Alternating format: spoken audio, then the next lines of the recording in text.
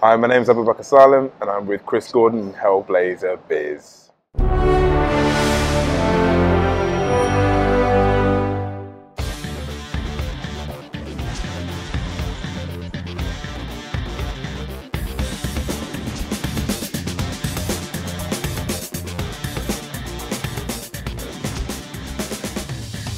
Good morning, good afternoon, good evening and good night, viewers and listeners wherever you are in the world right now. This is Hellblazer Biz with your host as always, me, Chris Gordon. And I am joined today, very proudly, by Abu Salim. Hey. Finally good to meet you. Yeah, great, man. Thank you for having me on. No, great, thanks for thanks for coming. It's great. No worries, man. It's always great to have an assassin. You've already had like 3, so like you've already got them all coming, man. No, it's great. Yeah, I've got to get building them up. Yeah, slowly, man. Oh no, it's cool. I was actually I'll ask one of the questions I'll ask you because I was going to play Matt Ryan, obviously Edward Kenway. Yeah. I said one day I'm going to have to learn how to do Twitch TV. So I can play Black Flag while interviewing you. That would be great, man. Same with Origins. Yeah, exactly. No, absolutely, man. Cool. No, I do appreciate you coming on. It's a pleasure, man. It's really good to have you, and especially with Assassin's Origins being so popular at the moment. I know, right? Thank God. It was just terrible. No, it was really. I'm really happy the fact that the fans are loving it. People are loving it. It's like it's an incredible, beautiful game. Yeah. And it was so much fun to make and so much fun to get involved with. It was something else, man. Mm-hmm. Something else. So yeah, I'm super happy with it. Oh yeah, I'm not surprised. So everything on it, the graphic, the gameplay. Yeah. I've not got far into it because it's my son's. Oh, really? He got it for Christmas. Yeah. And he's not let me take because I work down here, so I live in North Wales and come down during the week. And he's not let me bring it back with him. I was like, come on, please. He's like, no. So I told him I'm interviewing you tonight, and apparently his face went white, his eyes were wide. No way! Yeah, I should have brought him along. Like, been like, hey, what's up? Yeah, that would have been great. Yeah, no. So he's stuck in North Wales. So okay. But yeah, he loves the game. I mean, I've seen him. I've played a little bit of it, as much as I'm allowed to play. Yeah. So I've got to try and buy my own when I get paid next. A copy to have a go. But yeah, it just seems to be, and it's such a fantastic. That's the word. Concept as well, because obviously you've got to have all these different assassins of different eras. Yeah. So bringing it right back to the original one. How much how does that feel? But you are the original assassin. Oh man, the OG or OA. Like it's like I don't know, man. It feels it's incredible because I mean I remember playing like Assassin's Creed. You know, one when it came out and like really falling in love with it. So and that was Altair was the original. Like he was the assassin. And then everyone else just followed suit. But like, it was I mean, it's insane. It's insane. Like I still can't even grasp the concept that I'm an assassin. Does that make it's just I mean it's mental, but like also so. I mean, I'm so honored, and it's like such a beautiful franchise to be a part of. Yeah. I mean they've had their mistakes. They've also had their like brilliances, and that's what's so beautiful about it. Is the fact that it's real, and they love Ubisoft. Ubisoft are they don't shy away from making mistakes. They don't stop. They just keep going, which I quite like. I really respect that from a company as big as them. Oh, definitely. They can they make their mistakes. They listen and they try and make themselves better, which I really respect that from them. It is, and you've seen that in quite a few titles as well from them. They do go out there and they get all the feedback. Yeah. And they tailor it, so it's quite rare to have that. Yeah. In that sort of a world, but I think in a gaming industry to be able to learn from the people out there, the gamers themselves, and understand and then tailor it to the how it should be. It's good to have. Yeah, I think I really respect that from them. I really do, and I think it's great fun. It's like good fun to be part of, man. Brilliant. 1 sec. Yes, and obviously the Assassin's Creed family as well. I mean, that's something I've seen on Twitter. You guys and Victoria. I mean, they're mad, aren't they? Oh my God! You know what? Like the thing about them, I love them. Because I mean, I didn't know Paul and Victoria before any of this stuff. Right. I knew them from Syndicate, and I knew that they were the assassins. Yeah. And I've seen videos of them, and I was like, oh, these guys look great. They seem great.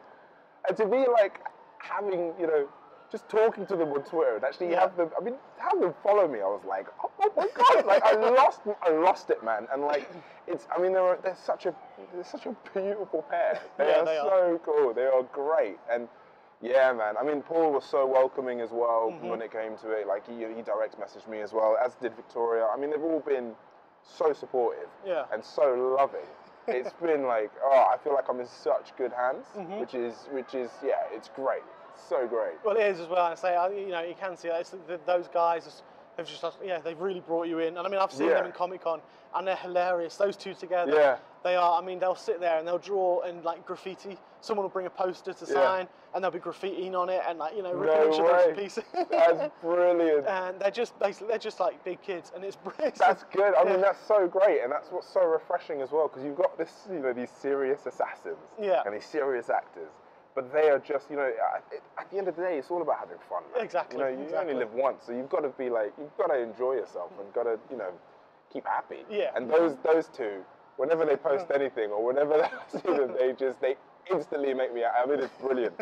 They're brilliant. It is. The banter is amazing. Oh my god, I can't handle it. it's insane.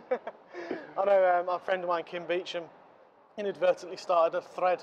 Yeah. Apparently it's been going on for weeks with you guys. Yeah, which that was great. I mean, like, it was so innocent as well. Like, it started off innocent, then I don't know whether I think it was Victoria. She called me out and was like, "Who's the better assassin?" I just literally, and I mean, like, this is the thing, right? Like, I'll take it cool and we'll be friends, until things get serious. Then at least then I'm gonna be like, you know what, hands down, like, this is it, this is war. But no, it was great. And then freaking Roger joins in, like, Ezio, that blew my mind. I was just like, this is insane. And then you got Tristan as well, who plays Adewale. I mean, it was endless. You got Noah Watts as well, liking. It was like a dream come true. It was so ridiculous. In Assassin's War. Oh my god, yeah, man. It was great fun. And I was out with friends as well at the time. And as it was all going on, I was just like, I'm supposed to be talking to my friends, but I really like what's going on here. Let me just carry on. Keep going on. That was super fun, man. Super fun. Brilliant. Now, so they are playful as well. I know one of the things I'd love to be able to do one day is bring all four of you on. Oh yeah. I don't know if you'd be able to say anything. You wouldn't be able to get an edge I'm fine. I'll just sit back and rip each other to pieces. Brilliant. I'll sit there. I'll get a bag of popcorn. Sorted. Get you, Victoria, Paul, and Matt on. Oh, brilliant.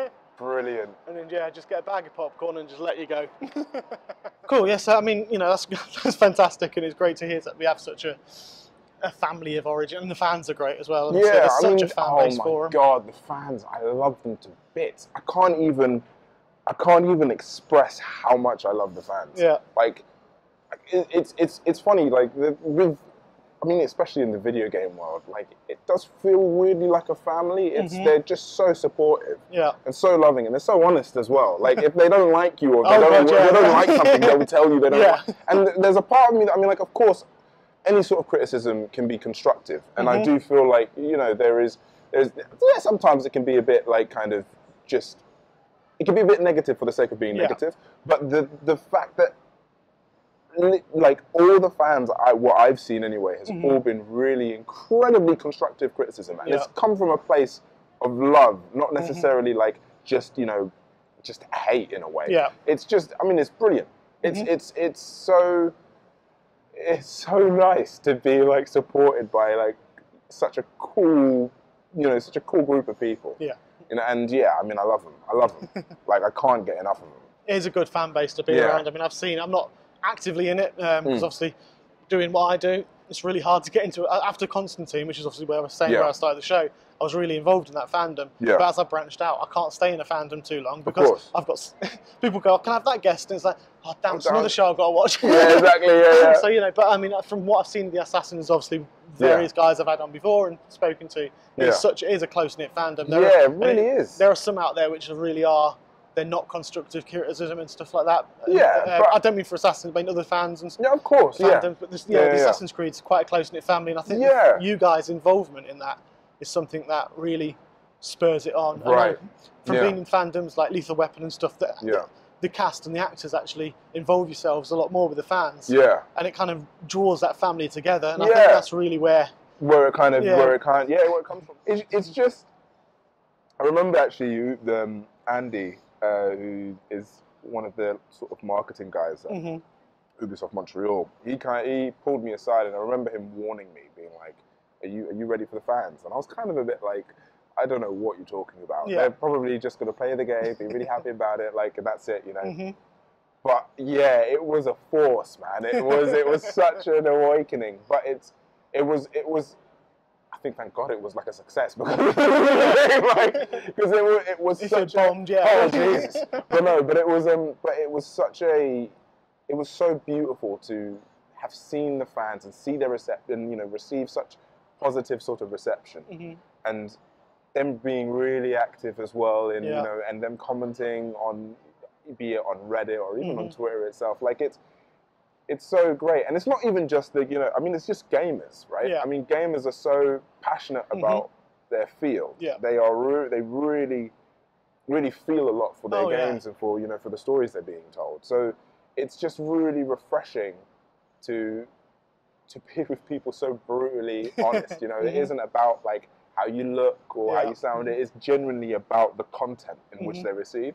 I think that's brilliant. I think it's so definitely. cool. And I think it is that people don't seem to understand that the gaming industry and the gaming fans, it's like TV or film for other people. So people might be really into the TV shows and stuff. But the games coming out now, they really are full stories that you get so engrossed in the character development and everything. So it needs to be spot on. I mean, a long time's gone since the original Crash Bandicoot, for example, when I played it, and Sonic the Hedgehog and stuff. You know, they were my.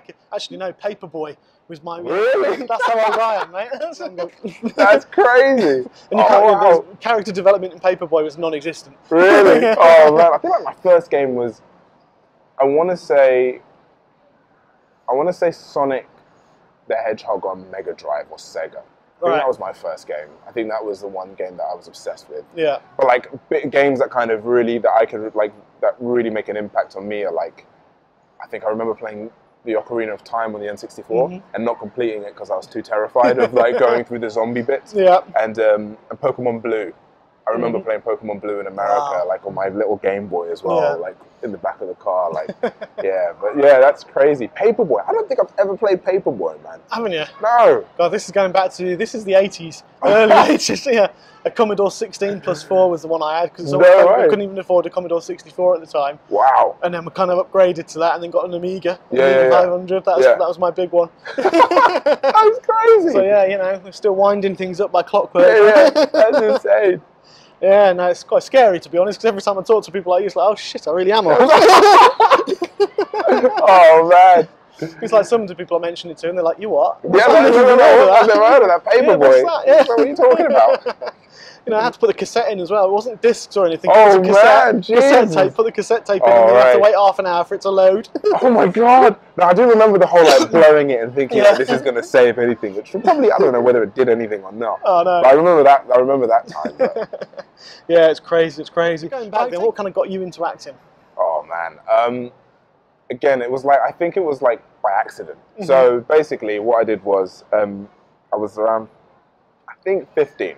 And what happened was, I remember talking to my teacher. I think it was the time when we were picking our GCSEs, right? Yeah. And so I remember talking to my teacher, and my mum and dad wanted me to do something like really academic subjects, because none of them were into the arts. You know, we've got no artists in my family. So I remember talking to my teacher and really struggling to pick, you know, whether the sciences or whatever, or the maths, or, I mean, those were kind of givens, but then other, like, you know, history or geography or whatever. And then I remember talking to my drama teacher, and she was like, oh no, but drama's an academic subject. And I remember thinking, wait, really? She's like, yeah.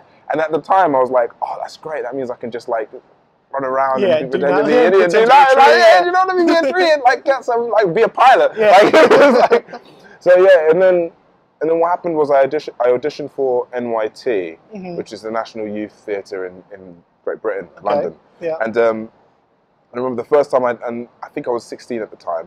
I was not really enjoying drama at school. But I remember, and I remember auditioning for NYT and being like, okay, if I don't get in first time, I'm not going to do this. This is not for me. Because I had no idea what I wanted to do as well. So then what happened is I auditioned, got the job, and it was incredible. Like it was such an incredible experience. Yeah. Lovely people were so great on the course. And then I ended up just loving it. And so from then on, I ended up trying to audition for, TV shows and everything. I ended up, going for drama school as well, which was great. And it was, awesome. I mean, like it kind of was this sort of like accidental stumble, like snowball effect, weirdly. And funnily enough, though, I mean, I've not watched much film or TV, so the idea of actors being like role models for me weren't really a big thing for me. It was like weirdly video games was my way in. And as cliche as that sounds, but no, like it was the only thing I could really connect to, the only thing I could play. Reading wasn't really my strongest suit because I was dyslexic, and so it just felt like the idea of telling stories was awakened really by playing so many video games as a kid, and that kind of drove me into the acting world. I mean, like I did a bit of writing here and there as a kid, but like I think acting was my strongest suit. Oh, fantastic! That's a really good way of coming into it. Everyone who knows sort of watches this will know that's kind of I went to a certain point there myself, because that's where I was telling you before I wanted to kind of go into it. I used to do that, picked up drama, same sort of reasons. It's like I love it. And I come from Watford. Well, I'm born in Hemel Hempstead, living in Watford. And I was there. I did a little film club, drama theatre at the Palace Theatre in Watford. When I was about 11, and I was nicknamed Frodo because I got airy feet. No way. So they always nicknamed me Frodo Baggins. That's great. So I had to do that, but I loved it ever since. And drama, I did the the musicals and stuff in school, and I absolutely adored it. But then I kind of got steered into a suitable career path. Right, fair enough. Which is kind of I was going to take the exam for Lambda. No way. I had a private tutor for drama. And she turned around to me. She was an examiner for Lambda, and she said, "If you go for it, you'll pass." No way. And I was really like, "I want to go for it. I want to go for it." And why didn't you? I think my mum and dad were a bit nervous about the path that I'd take and stuff. I mean, back then it was quite, it was like in the 90s as well, so there weren't as many opportunities. Well, there probably were still crap opportunities now for in that sort of respect. And I think they were just worried from where they were coming from. Which is completely. I mean, it's funny. Like my mum and dad, they were terrified of the idea of me doing acting. They were very much of the idea that, like, it's not that it's not a proper job, but they've read in the newspapers how hard it is to make money and make a living out of it, that you're constantly working in it. But I also remember my dad saying that if you really, really want to do this, start making money in it. And I remember just thinking, okay. And like that was it. I just remember like focusing so hard, doing a lot of reading in the whole, and trying to do as much studies as I could in it all. And I mean, I guess I am really fortunate and I'm really lucky the fact that I've been, working quite a bit, but at the same time, it's also just, it's so hard, man. It's insane. You need a lot of patience. A lot of patience. As well, everyone I've spoken to, like I say, I'm privileged enough to have had over 100 people on this show now. Actors, and every single one of you says, if the difficulty, because that people don't understand them, they might be out there and they'll see you in a role, like they'll see you in, Bakir's role and stuff, and they'll be like, oh wow, that's amazing. But what they don't see is the fact that how many auditions that you've gone to, and you've had to, without, no disrespect, but obviously this is generalisation, where they've turned around and said, no, you're crap, you're rubbish, go away. And if you don't have that passion and that determination to move on, you could fall by the wayside. Absolutely. I mean, a lot of the time reasons come up, you could be an incredible actor, but a lot of the time the reasons can be, oh, he looks too pretty, or oh, he doesn't look right for the part, or oh, he's too short, too small, too fat, too thin. I mean, there's so many reasons. Or, oh, wait, Daniel Radcliffe has said yes. We've got to go for him. Or, exactly. I mean, there's been instances I've heard friends where they've gone into the audition room and I don't know whether it's the director or the producer who've turned around and said, we've already cast this part. And they're just in there, they've learned all these lines. They've spent, weeks and hours of their life learning these lines, trying to perfect it.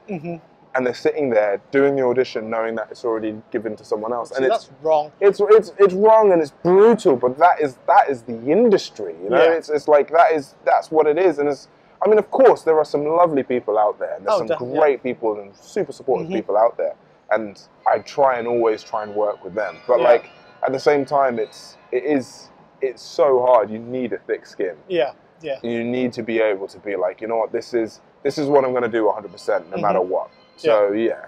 Yeah, it kind of has to go that way as well. Yeah, if you're going on, we're getting the lovely bells from live. I mean, it's all for me, guys. Yeah. It's all for me. I planned it. Yeah, live from Leicester Square. Yeah. All planned for me. Yeah, this is what you get. There you go. Apparently, we have the cone man. I don't know. I was told last week about the cone man. He sits out there with a cone, singing the Flintstones all the time. Oh my God! Yes. And over. I remember I did a play just around the corner from here at the Donmar.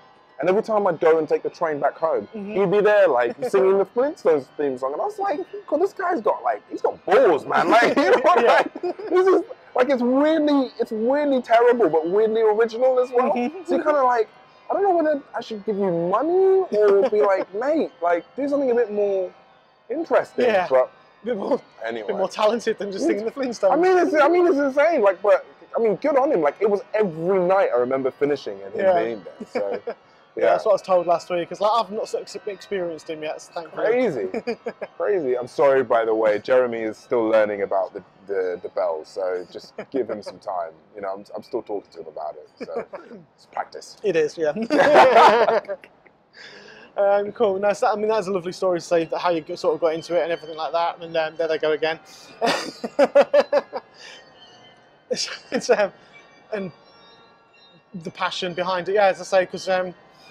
I know from this show, obviously my examples for it, I thought it was different, but someone told me it's exactly the same. It's because, you know, there is so much hard work to go out, and so kind of advice for yourself as to anyone wanting to go into acting, what kind of thing would that be?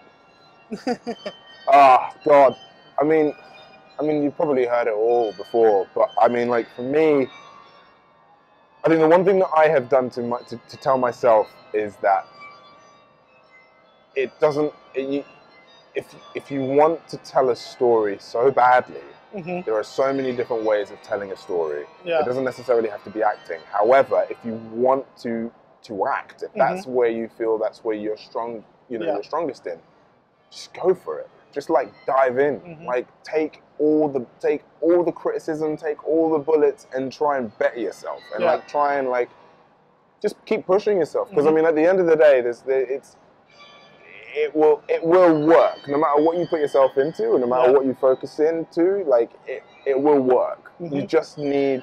Everyone's journey is different. I think a lot of the time, I remember at drama school, people were caught up in each other's journeys. People were caught up in like, oh, so and so's been signed with so and so, or so and so's doing this. Yeah. And I guess that is a pitfall that we all fall into, and that, you know, you can still fall into that outside of outside of the industry.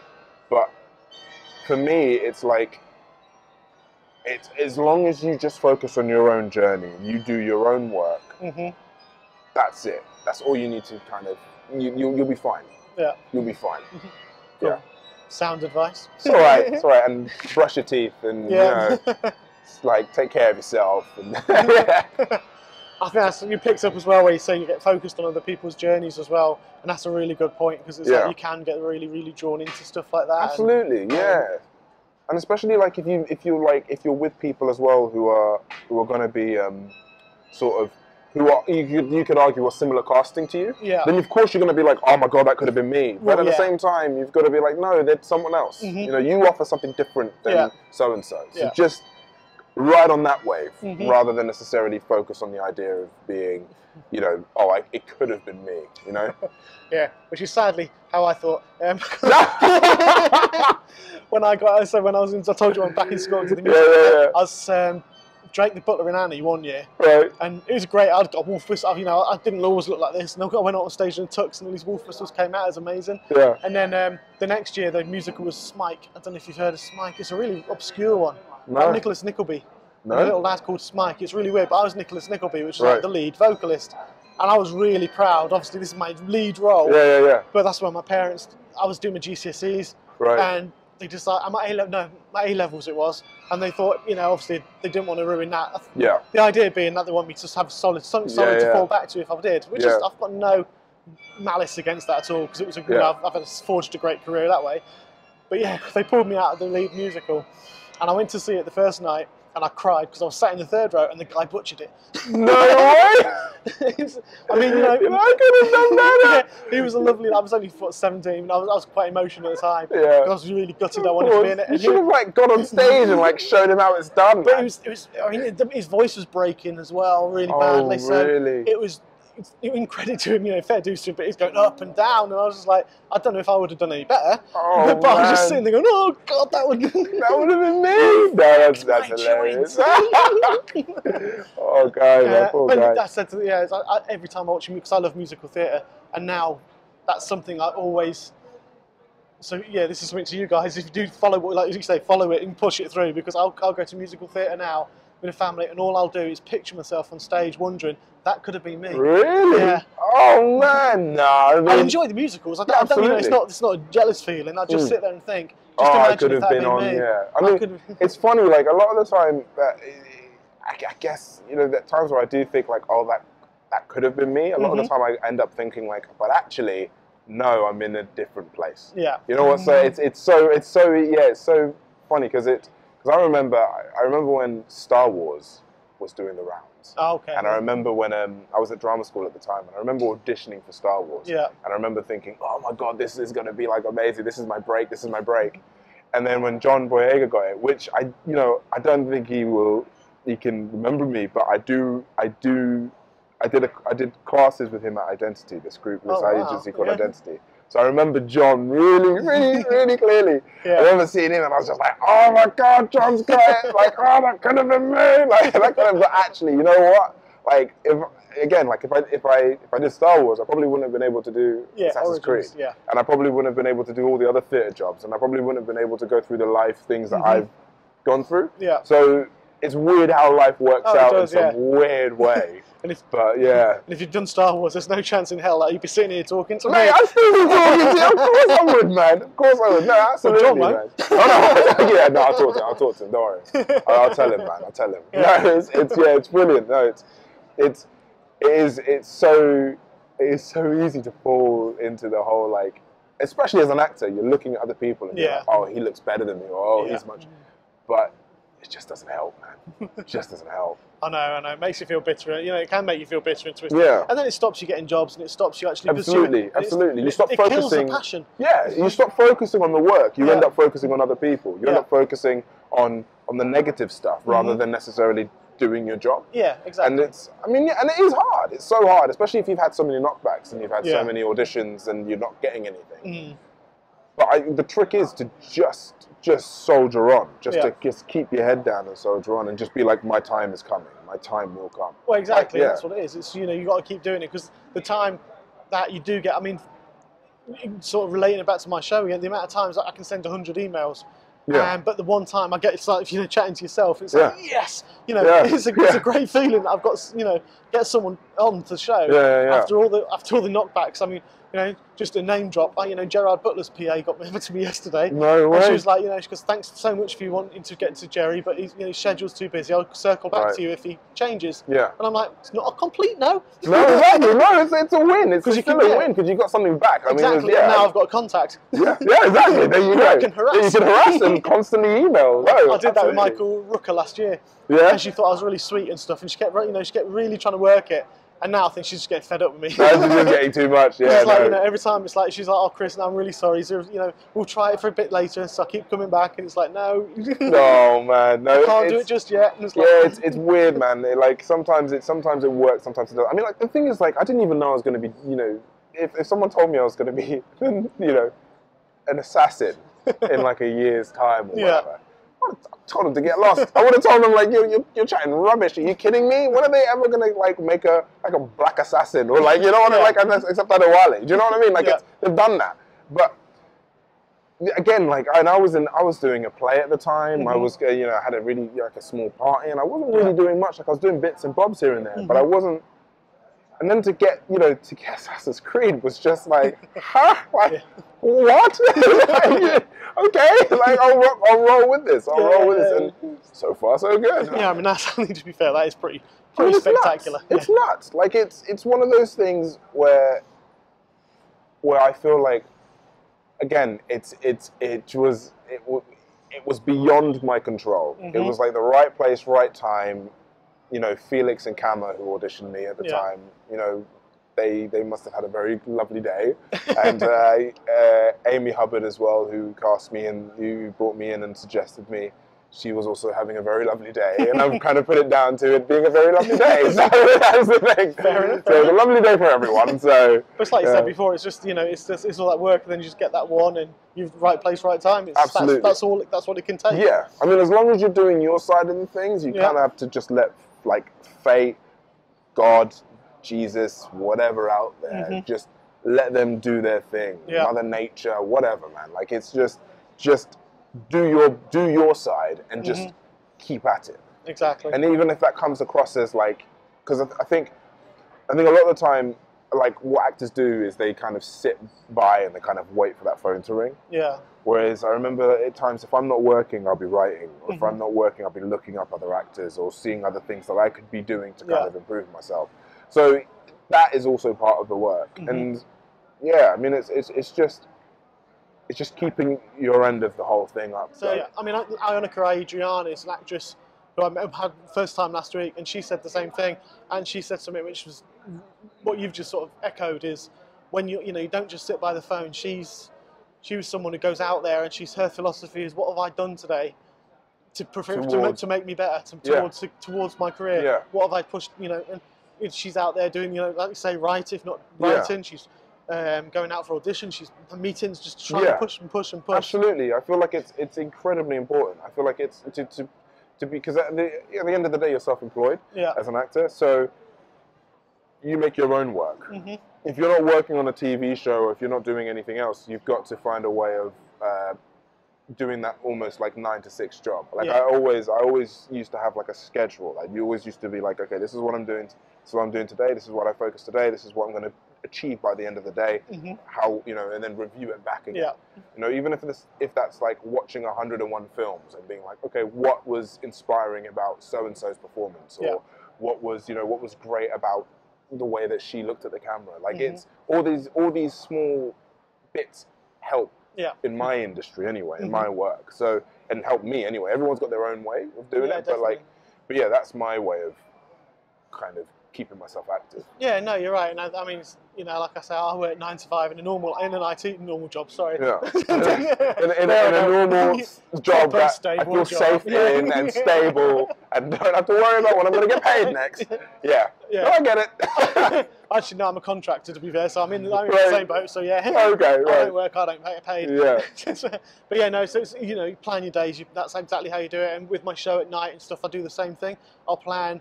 I'm going to write to this amount of people this time. I'm going to speak to this. I'm going to try and push out and reach to this amount of people. And like I say, it doesn't matter if I don't get anything back. It's like Ionica said last week, because if you don't hear back, it's just an opportunity for you to contact again. Exactly. Until you get. If I don't get a no, it's like the same with you. If you audition, you don't get a no, and you're writing to people, you just keep going until they say it. I mean, I remember writing to my like a voiceover agent for 18 months. Like I was writing to different voiceover agents for 18 months, trying to get like a voiceover agent, and it was. I remember there was a mixture of rejections, but a mixtures of silence and a mixtures of, oh, we're not looking at the moment. And always the time when I'm like, at the moment, huh? All right, I'll clock you back in a few months' time and be like, maybe that's the right moment. So, and and lo and behold, I ended up getting like an incredible voiceover agent, like who's so lovely. So it is that kind of thing of you've just got to persevere, really. Like so familiar. It's like same thing, like Gerard Butler's email and stuff. It's always it's their own fault because they put for the moment. For the moment, exactly. At the moment, we'll have to pass it for the moment because he's busy. He's like, right, that makes sense. I'll try. Can I try exactly. For the future? You put in the moment. If you put down and say this is never happening, like, all right, okay, fine, I'll move on. But you're saying for the moment, you're like giving me hope. Yeah, you've got to always push yourself. You always got to aim like ridiculously high because otherwise. Because at least then if you aim super, super high, it's going to travel somewhere. Yeah. Rather than, I mean, again, everyone's got their own thing. But like some people do the whole building blocks and they build that way, which is fine. Slow and steady does win the race sometimes. But people, you just got to keep throwing it up there and just hope that something catches it. Exactly. And that's kind of my hope is 2 years. I mean, I'm just hoping this one person is all it takes to see something exactly in your, like you said with yours for your origins. Yeah. It's that one person on that one day just to see what you've done and think, right, that's you. Yeah. And that's, it doesn't matter where you're working in this kind of industry. That's Absolutely. all you need is that work hard, and then you'll get that moment. Yeah. And I mean, I feel like I'm getting it. I've got invited to a film premiere last week. Last week, should I? I was in a film last year. What was it? I was in a film called Is This Now? I'm not going to go into the character and stuff. Right. I was in the film, and I had 20 lines, which was amazing. That's great. I was unemployed at the time, and a friend was the director-producer, and I said I wanted to get into acting, and they said, well, they're filming in the area, and they were looking for people. So I ended up getting this part, and it was like, there must have been about 15 to 20 lines. It was a key scene in there, actually. That's great. And I was like really impressed. I was really happy with it. And then, but through my interviewing, I've got invited to a film premiere for Landscape. I went to his premiere last week, just down the road in the hotel. And I had people come to me. I met people. There's a guy called LJ who did the musical score. And I introduced myself. I said I run a podcast, and I laughed because, as you can probably tell, I've got a little giggle. And he went, I recognise your giggle, man. He goes, your interview, absolutely spot on. He goes, I know who you are. He goes, that was an amazing interview. I was like, really? He goes, yeah. He goes, absolutely brilliant. Because we listened to one 2 days later. It just didn't feel the same. He goes, the energy in it. And I was like, oh, thank you. And then I went to the lead actor of the show and met him. And he said, I know you. He said, he's told me that your show is going to be huge. He goes, really? And then he said, oh, come on. He took my card. He goes, I want to come. Can I bring my girlfriend on as well? Because she's, I was like, yeah, please do. That's amazing. So for me, that one night, I was like, this is it. I'm on the way. I'm on that next Yeah, road. Absolutely. And the distributor wants to work with me. He said he wants to work with me on all his future films. This is the thing, man. And it's this is where it starts. Yeah, absolutely. An independent film I love because I think it's a really good thing to get. You really get character development in there, and you see, you don't have the big money thrown at it, so you get the full-on character building. So not knocking big budgets because, of course, obviously, because one day they will be on my show. As you say, that's another ladder. But the independent film circuit is amazing, and there's such a close-knit community. There's people there I've interviewed before. I suddenly was like, "Oh, hey, how you doing?" And then to be told by people that you've got, I think that's amazing. It is. It's an amazing. It's nowhere near the scale of your Assassin's family. No, but it's still, man, for someone like me who's just got nowhere, who's got who's just doing this as a hobby. It's still something. I still feel like it is something. Again, I came from nothing as well. Do you know what I mean? I've come from nowhere to a bit side. So it's amazing. I think it's so good. I remember a time even being I remember doing it was like a physical theatre sort of dance competition while I was at school, and then someone backstage, like a parent or something, came up to me and said, "Oh, you're gonna do very well." And to me, that was like, I'm on the next level. I'm gonna do it. And it just builds up. So builds up, and that's small confidence boost. It is. Right? It's all you need. It's absolutely. Because, like you say, especially the amount of knockdowns you get, just what a decent confidence boost like that. And I came away so passionate, even more passionate than I had been. I don't know if you Danny Midwinter, he was the main actor. Yeah. He was the lead. Right. He's the one who said that to me. That he said my show's going to be huge. Yeah. I was like, this is like Danny Midwinter. That's great. Yeah. It's like he's been in loads. Yeah. That's amazing. So it's really, really nice to hear. So it's boosted me up now, so I can push myself even more. Yeah. Reach out to more reach out to more people. Do more. And I think I reached out to you the day after. It's brilliant. I think it's so good. And I respect that. I respect people who go out and try and don't apologize for it. I feel like there's no need to apologize if you're trying to do something that you really love and that you really care for. So it's it was. And look, you've got people like Paul, Victoria, and Matt on your show, man. I know, and I was even looking through the Game of Thrones list, and I was just like, this is insane. I can even talk to these guys. You know what I mean? It's incredible. It's so cool. Yeah, the Game of Thrones ones were amazing. Jerome Flynn is the nicest guy. Oh, jeez, man. When I saw that, I was just like, this guy, what? I met him at Comic-Con, and I asked him if he'd come on, and he was like, yeah, he'd love to. Mark Addy. And a lot of people say they'll come on. But then obviously they get busy, they forget, it's a Comic-Con, you meet thousands of people. But I got in touch with Jerome's publicist, and she was so friendly, and we arranged it. He was the nicest. But I get despondent, and and then obviously you said just saying that, it's true, because I get really despondent now and then, and I think it's depression, anxiety, stuff like that hits it, and then someone would mention it to you, but look at such and such, and I'm like, you know what? Yeah, you're right. And it's like, you know, you have to look back at what you've got. Yeah, what absolutely. You've got that path that you've travelled to get where you are. Absolutely. I mean, like it's so easy to fall down the path of, oh man, I'm not doing enough, or I'm not doing great enough. But you have to look back and see this stuff that you have achieved so far, and be like, you know what? Actually, I'm surviving. Yeah, I'm all right. I'm still going. Exactly. So. Even Damon Wayans has said he wanted you to come on. Really? Yeah, because Clayne Crawford was Riggs in Lethal Weapon series, and he's Murtaugh. Yeah. He said it in a couple of months back, and I've not been able to get him again since. Oh. But when I had Clayne Crawford on, he was like, "Yeah, good luck getting him, man." I was like, mate, he did tweet to me and he said, "I'm not saying no, I just want to hear more." And then Fair enough. just never I tweeted to him and he just never saw it.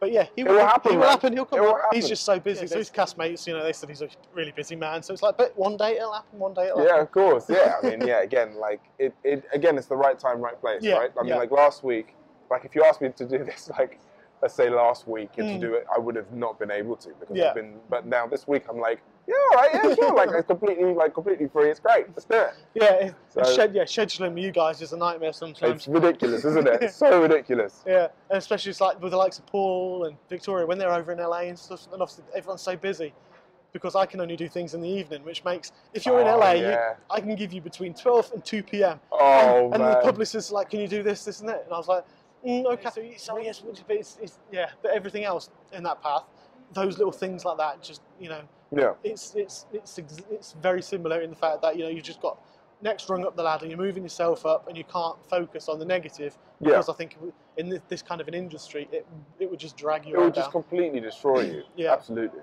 Cool. Right. Well, as you know, anyway, I've got some questions after after chat for so long. For sure. You've got a lot of fans out there. Oh God. I apologise to you guys because I have to read them because I didn't have time to learn them off by heart. So we've got them all here. These are from people from Twitter and Facebook and. Oh really? Oh God. Okay. Everywhere. Okay. Okay. So Luke, who is at ShadowKing245 on Twitter. Shadow King. Cool. How did it feel to be the main voice actor for a character that shows a lot of anger and kindness? Ooh. You know what? It feels awesome because it feels therapeutic when I get to shout and get angry, but also really, it's quite refreshing and quite not refreshing. I'd say it's quite nice to show kindness. Yeah. There's not a lot of kindness going around nowadays. No, and it's one of those things where you get to show it and you get to do it. It's like, actually, you know what, this feels good. So yeah, I mean, it's beautiful. I mean, I'm so happy that Elaine wrote such a 3D character. So and that's what's so human as well. Yeah. Like it's so good to kind of sink your teeth into something like that. So yeah, I mean, I love it. Yeah, it's good. Brilliant. No, yeah, and you're right because there's a lot of the games where even though the graphics are great, but there's not the characers is totally different, and you don't get that depth in there. No, they're completely 1D, and you're just exactly, that's a lovely thing about the Creed, the Assassin's franchise is you get to love every single character, that you play, and I played them all, and you do. There are amazing ones in there. Yeah, I mean, that's what kudos to them for writing such, and you can see the way the games are really like becoming. So, like, the characters are becoming so 3D and so thick. It's great. I love it. Oh, yeah, definitely. And that's, like you say, kudos to the writers. Because, the guys behind there doing all the writing and everything. It's fantastic creation behind everything like that. So the next one is from Wilhelm Mendez. I hope I've pronounced that right. Who is at Gali Mendez 0 at Twitter. Right. There might not be a 0. I might just put a typo. Right. How much time does it take to record the vast amount of dialogue for an RPG like this? And do you usually do the scenes with the other actors present or separate lines to record them separately? Okay, so certain cinematics. So I've worked on this project now over a year on Assassin's Creed, over a year. Wow. And it was kind of 2 weeks in Montreal, 2 weeks in London. Yeah. And I was working all the time. So a lot of the cinematics were done in this huge warehouse space with like 200 odd cameras on the ceilings and around, and in a mocap suit, which I looked sexy as hell. but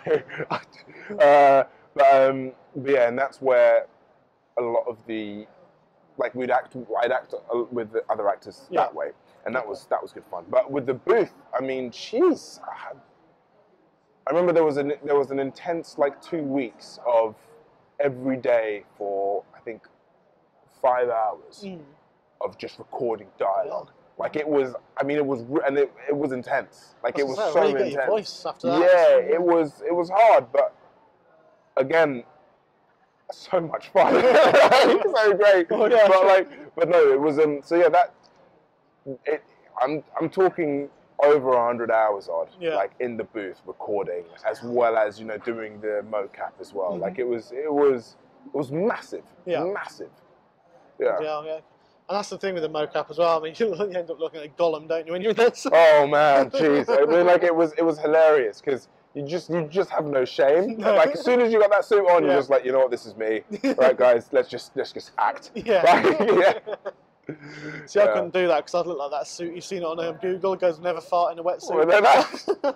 That's what I'd look like at the moment. Oh no, man. Excellent. Gareth Shaw, now he's on Facebook.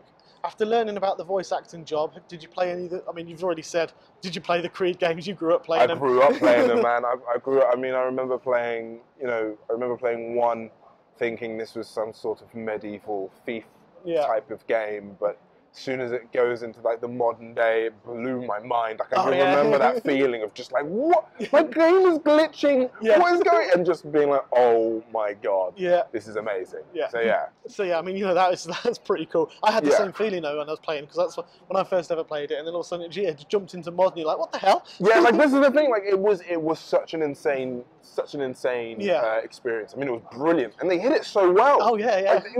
Like you did not see it coming. Like that was what was so amazing about the first game. Like it was just you didn't see any of it coming. And it just it was just, and like I said, they've sort of built from there. It's been absolutely fantastic.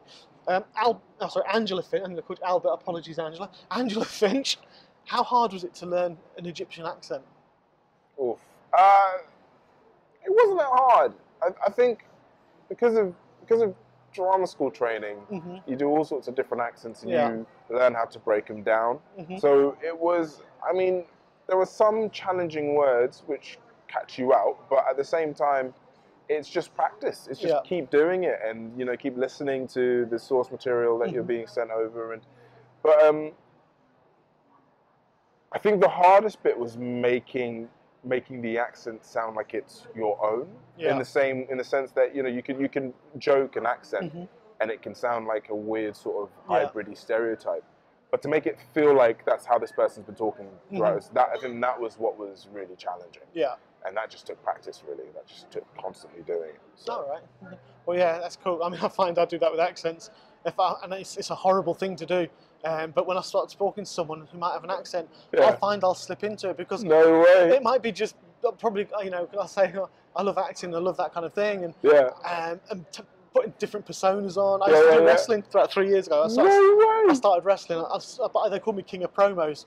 They were only kids. They were 15, 16, so I was twice their age. Right. But I did it to lose weight. And but I was flipping in the ring. I was doing loads of stuff. Are you serious? But the promo bit was what I loved because it was the drama. The character. I was the fabulous Flash, and it was just like, That's great. And I had them in stitches because it was like coming out. It's like, let's try to talk about a wrestler, and I was like, Troy, baby, I'm going to get you in the ring, and it's like, I'm going to pound you in the ring, Troy. Oh my god! Pure camp. That's brilliant. That is fantastic. And the video, I've got a video on YouTube. I have a private one, and all you can hear is the whole lot just crying with laughter. That's fantastic. That's great. But they used to give you 30 seconds to come out. You are a posh person. I used to come out, and I could do it quite happily. I could put on the accents and stuff like that. And everyone was like, how'd you do it? That's insane. So I had to teach them because I was thinking, the new guy's great. But I kind of find that if I'm with people with accents, I'll slip into them quite easily. That's great. Thankfully, it doesn't come out as though it's, racist or anything like that. Of course, It's not. It's purely because I just pick up on that. And some people, it's like some people do have that kind of natural ear where they end up talking like, completely. Exactly, completely. So it's kind of a, just an embarrassing thing for the family. That's great. Cool. So the next question is from Craig Folks. This is actually for these guys. Some of these guys are from the Wales Comic Con group because I'm a part of that. Cool. So you know what their question is going to be. Would you like to be a guest in April? Now we've already got Matt, Victoria, and Paul going. Yeah, I would absolutely love to be a guest, man. Like it would be awesome. Like I love Wales. Wales is a cool place, man. Yeah, absolutely. Up in Wrexham, Jamie Milner. There you go. Yeah, man, I'm on it, man. For real.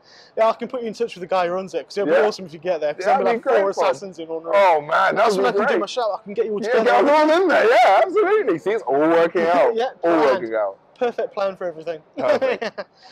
Cool. And Oliver Batchelor, who is at Furious Coco on Twitter. There's some awesome Twitter names out there, really are. I've always wondered what your favourite. Sorry, this is him. He's always wondered what your favourite line and scene in Origins are. All right, you know what? I going to put you on the spot. I hated this line. It was not that I hated it. I just remember talking to Elaine and being like, "Are you serious? Is Bayek really going to say this?" It's like such a dad line, and Elaine was like, "That's exactly it, man. That's it. It's like a dad line. Just fucking do it." And like, sorry, and like, he was just like, it's when Bayek is pulling up one of the Romans, and the guy is like, "I'm not telling you shit," and then Bayek's like, "Shit giving is my job," and it's like, and then I headbutt him or whatever. Yeah, like.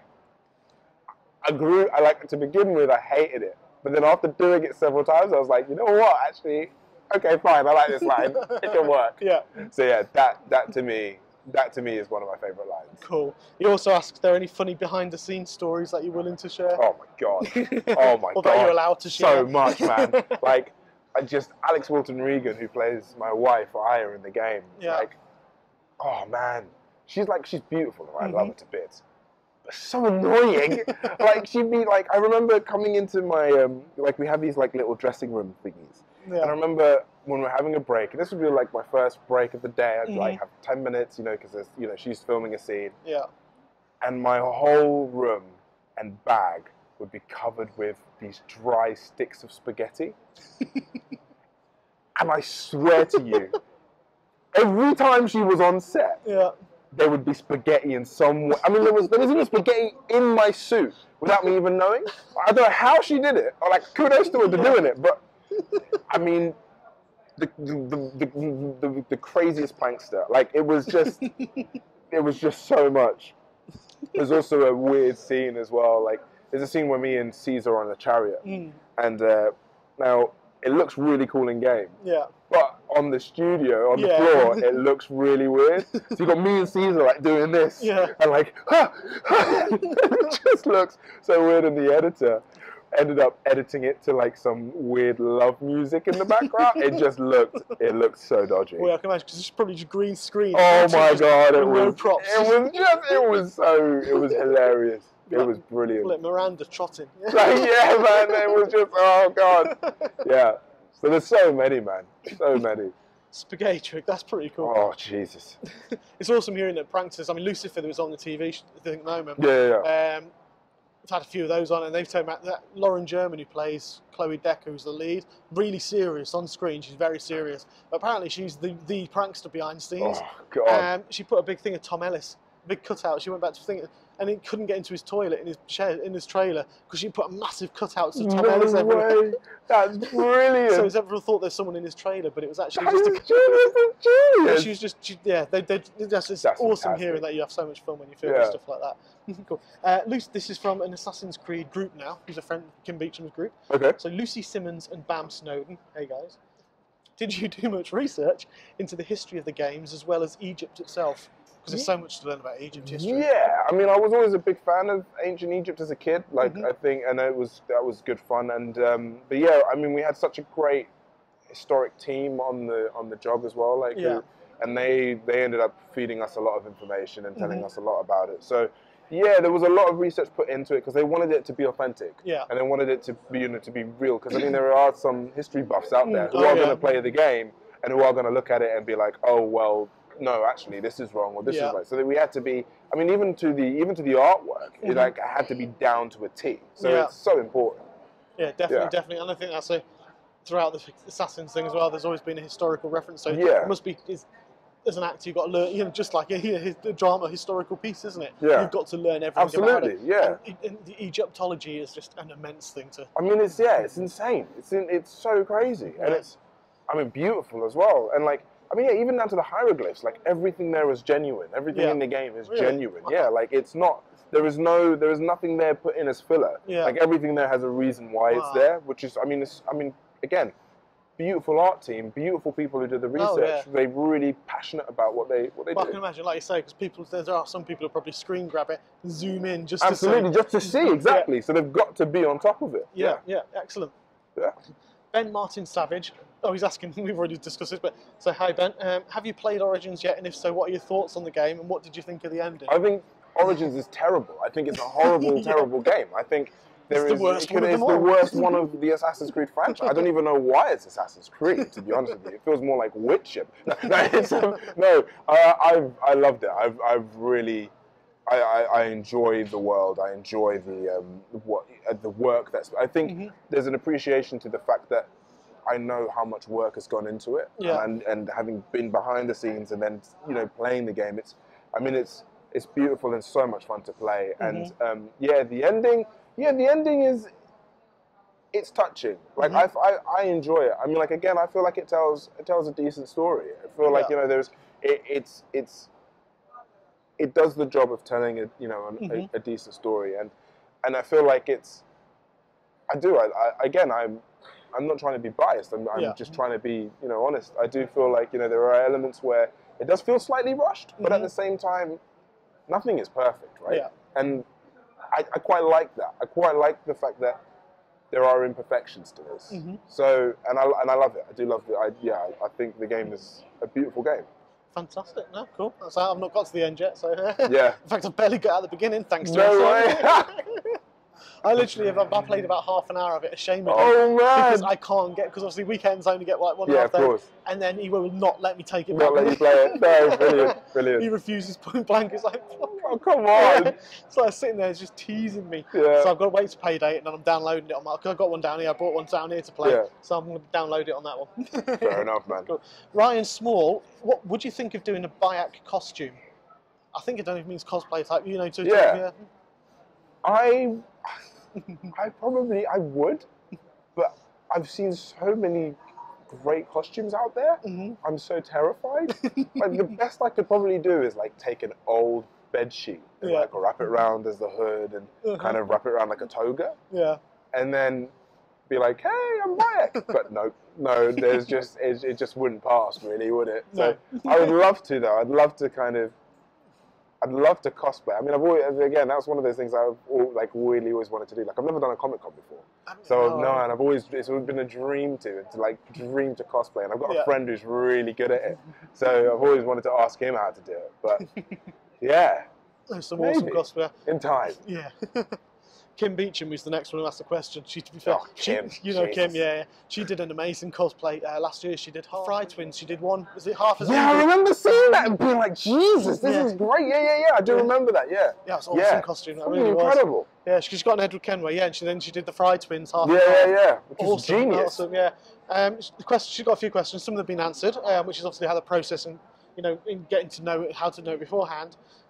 She would like the question which we didn't really touch on is how did you deal with the motion capture part of it all, because that is totally different to like film and act, in theatre and even from TV and everything is totally different. I think because I'd never done motion capture before, I had no idea about what it was. I was kind of thrown into the deep end, playing like the lead in a game and doing the motion capture of it.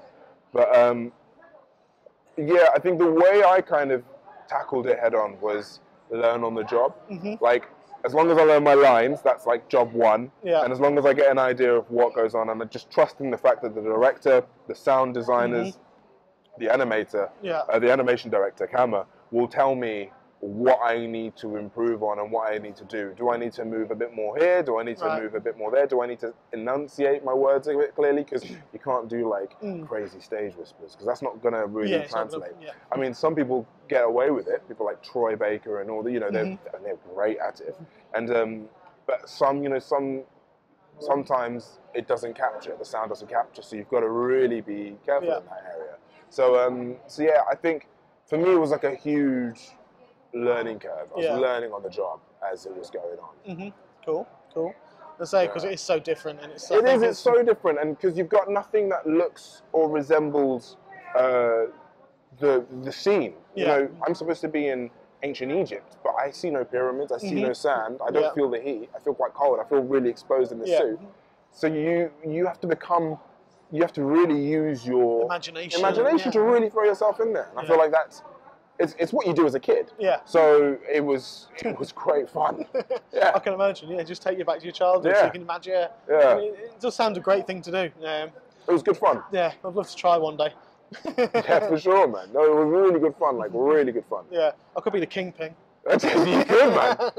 Or you can be Bayek, man. Like, seriously, that's what's amazing about motion capture. You can be whatever the hell you want, man. Yeah, exactly. Oh man, that's a good way to make myself look really fit. Well, there you go. I mean, like, so that was another thing. Like, when Bayek came out and I saw his image, I was like, oh god, I've got to work that up. Do I have this? No, I don't. But no.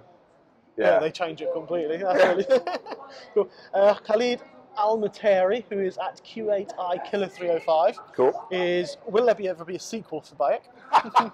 Oh, I don't know. I don't know what to say to that. I don't know as of yet. I really don't know. The Ubisoft, they're like secret agents in the sense that if they were to tell me anything, they would kill me. They only tell me what I need to know. So that's all I follow through with. So I have no idea. No idea. Fair enough. And Simon Barry-Borisbois, he's a French Canadian. Okay. Avid listener to my show. Thank you, Simon. Always, it's not Assassin's Creed related. It's how was it for you to work with Rob on Robert Galbraith's Strike series, which was J.K. Rowling's? Oh man. So I did that job in between filming Assassin's Creed. It was like a day. Right, I only had a day to do it. Yeah, it was only a day. And I remember auditioning for it thinking, I have no idea what it was. Yeah. No idea what was going, but the script was so good. And Tom Burke as well was in it, and he's incredible. Yeah. And I just remember thinking, okay, let's just go for it. And I think I just got on really well with the director and the producer, and it was so chilled and so easy and so much fun. That was a really lovely film experience. Cool. And it was such a nice scene as well to do because it was just me talking to Tom Burke, who was playing Cormoran, I don't know his name still. Can you believe it? Strike. Playing the detective. Yeah. And I was the brother of a girl who just killed herself or died. And there's I have to convey all this sort of emotion, but also connection to my sister, and it was a lot to pack into one scene. Yeah. But I felt in such safe hands that I was able to just really go down there, and I felt great. It felt like so much fun. Yeah. Like so much fun. I really enjoyed that. It was a great experience. Excellent. Yeah, so you're in Jamestown as well, which is the second season you're in, is it? Yeah, this is the second season. So I wasn't in the first season. The first season was mainly focused on do it again.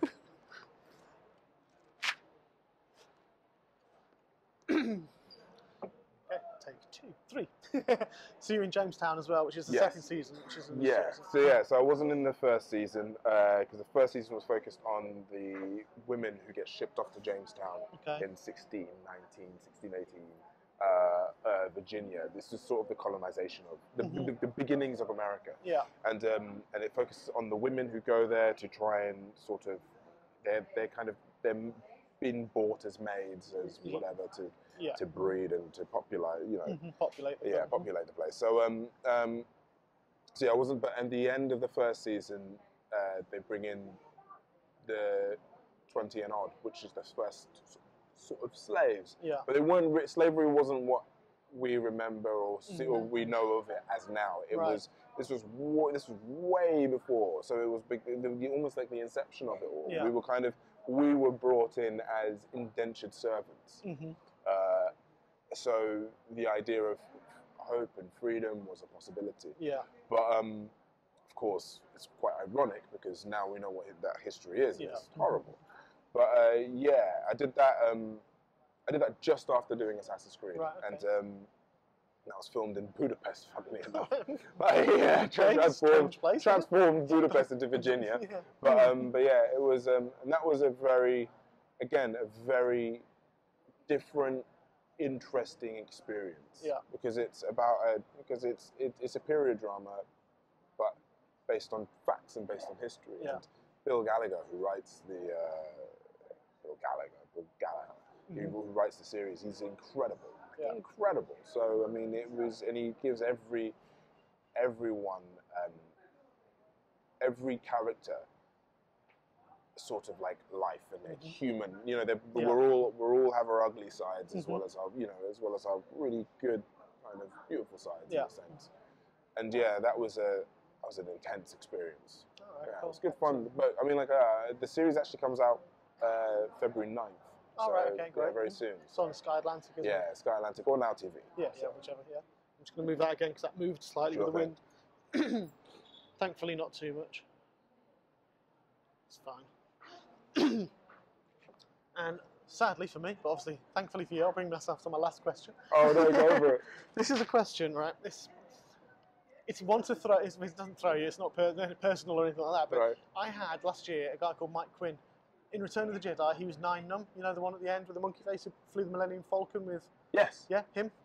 He was on my show last year. He's been a puppeteer with Jim Henson for 25 years. Wow. So someone asked me a question on there, and I thought, you know what, that's a cracking question to ask everyone. Right, okay. So if you could have a Muppet created for you, what kind of character would it be? It could be one that's existing. You could have a mix of them. It would be a mix between Little Miss Piggy and is his name Fuzzy the Bear, right? Yeah. Waka waka waka. Yeah. Definitely. I think that would be. I don't know why I picked those two actually, but I think that would be really interesting to see. Yeah. That'd be a very. I feel like this weird sort of like big bear, but also quite like dumb and like crazy, like yeah, great. Miss Piggy and Fuzzy's love child. Yeah. God. Yeah, definitely. That's cool. That's cool. I asked that as well because I did my impressions to him. Oh really? Like, all right, okay. So my Kermit like, hello, Piggy. You need an answer, Piggy. Oh my God. And I did a Yoda as well, and I can't do the Miss Piggy because it's really, really loud. Right. But I was like, when 900 years old, you each look as good. You will not. This is great. This is amazing. You've got Donald. Oh my God. See, I should be a voice actor. That's exactly what you want. You should take my job. I'm lost. I'm wasted even. Oh man. Anyway, yeah. So, anything you'd like to say as we wrap up? Just thanks to the questions. They were great. Thanks to you for calling me up and doing this, man. And yeah, and if you haven't played the game, play the game. Hope you enjoy it. And yeah, I hope this is great. This is good fun. Thank you. Cool. Thank you.